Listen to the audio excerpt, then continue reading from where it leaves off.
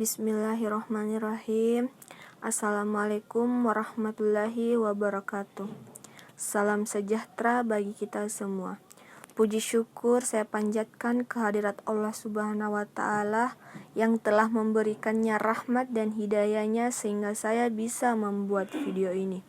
Tak lupa pula salawat dan salam saya panjatkan kepada Nabi besar kita, ialah Nabi Muhammad SAW. Sebelum memasuki pembahasan, izinkan saya untuk memperkenalkan diri. Saya Hairun Nisa, Ilmu Politik 2017, UIN Alauddin Makassar. Terkait dengan gender dan ekonomi politik, adapun tema yang saya ambil adalah perempuan dan buruh bangunan.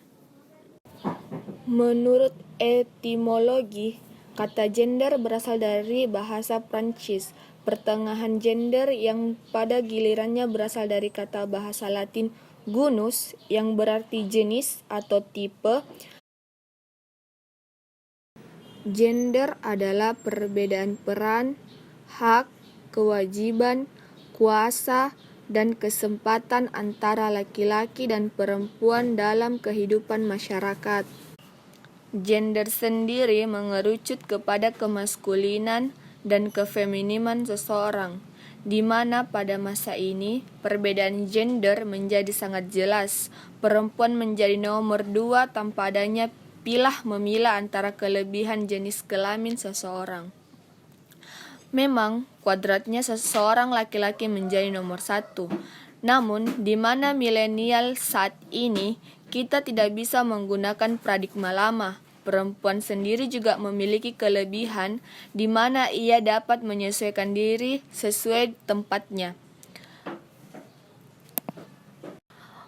Menurut teori nurtur, adanya perbedaan perempuan dan laki-laki pada hakikatnya adalah bentukan masyarakat melalui konstruksi sosial budaya, sehingga menghasilkan peran dan tugas yang berbeda.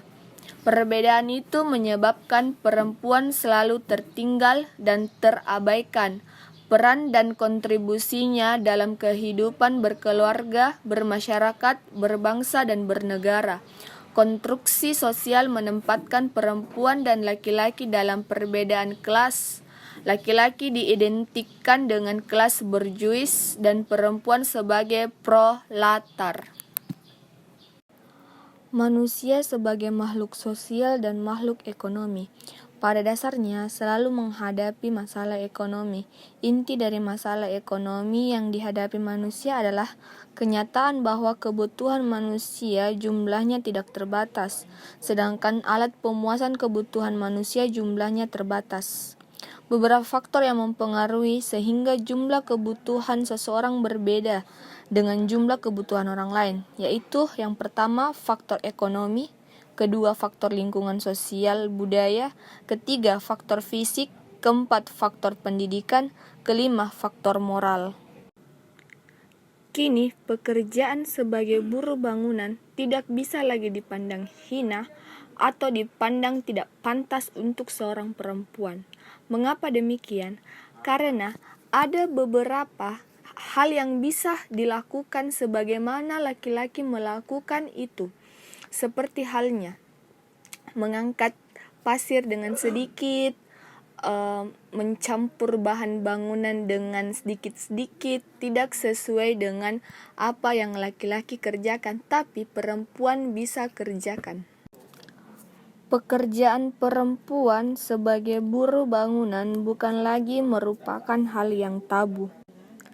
Laki-laki umumnya menempati pekerjaan yang lebih stabil, upah lebih tinggi dan kategori sebagai pekerja terampil, misalnya memasang genteng, memasang tegel, dan memasang batu bata. Sebaliknya, perempuan umumnya menempati pekerjaan yang tidak stabil, upah lebih rendah, dan tidak dikategorikan sebab sebagai pekerja tidak terampil, misalnya mengangkat pasir, mengangkat batu, dan memunggil.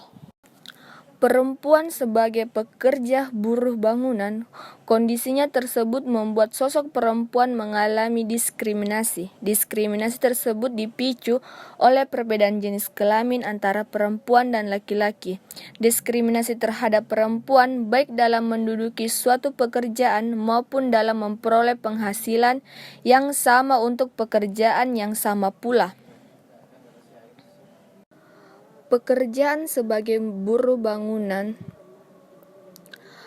sangat berat, apalagi ketika subjeknya adalah perempuan yang memiliki peran sebagai istri, ibu, dan sekaligus peran sebagai pekerja buruh bangunan. Ketika subjek akhirnya merasa terbiasa dengan pekerjaannya dan menggeluti seperti sekarang, dia tidak lagi merasa malu dengan pekerjaannya walaupun para tetangga menyinyirnya. Pekerjaan buruh bangunan adalah pekerjaan yang halal, sehingga tidak ada alasan bagi setiap perempuan untuk malu dengan kondisinya sebagai buruh bangunan.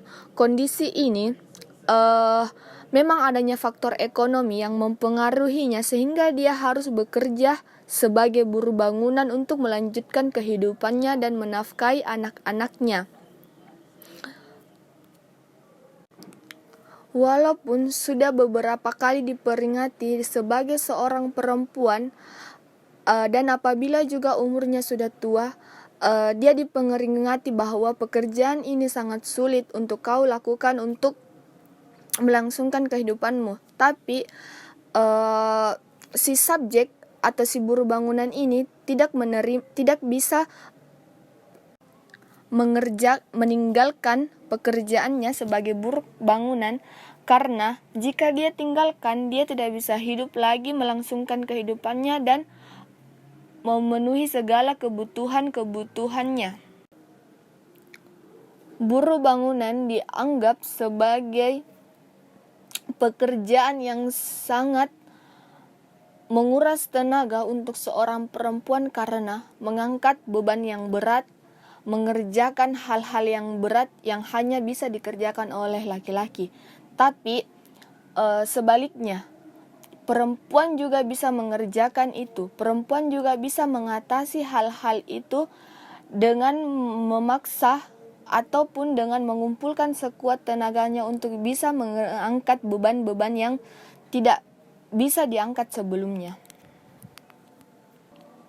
Sebagai buruh bangunan pun bukanlah hal yang memalukan untuk bisa kita kerjakan. Ini juga merupakan suatu hal yang bagus mengolah tubuh. Pekerjaan sebagai buruh bangunan dipilih untuk bisa menghasilkan uang atau upah dari seorang majikan agar bisa melangsungkan lagi kehidupannya dan bisa menafkahi anak, cucu, dan kerabatnya.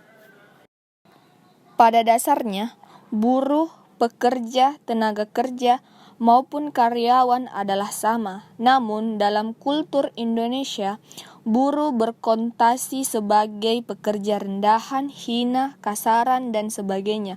Sedangkan pekerja, tenaga kerja, dan karyawan adalah sebutan untuk buruh yang lebih tinggi dan diberikan cenderung kepada buruh yang tidak memakai otot tetapi otak dalam melakukan kerja.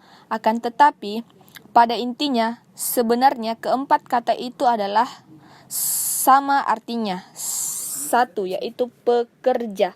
Hal ini terutama merujuk pada Undang-Undang Ketenagakerjaan yang berlaku umum untuk seluruh pekerja maupun pengusaha di Indonesia.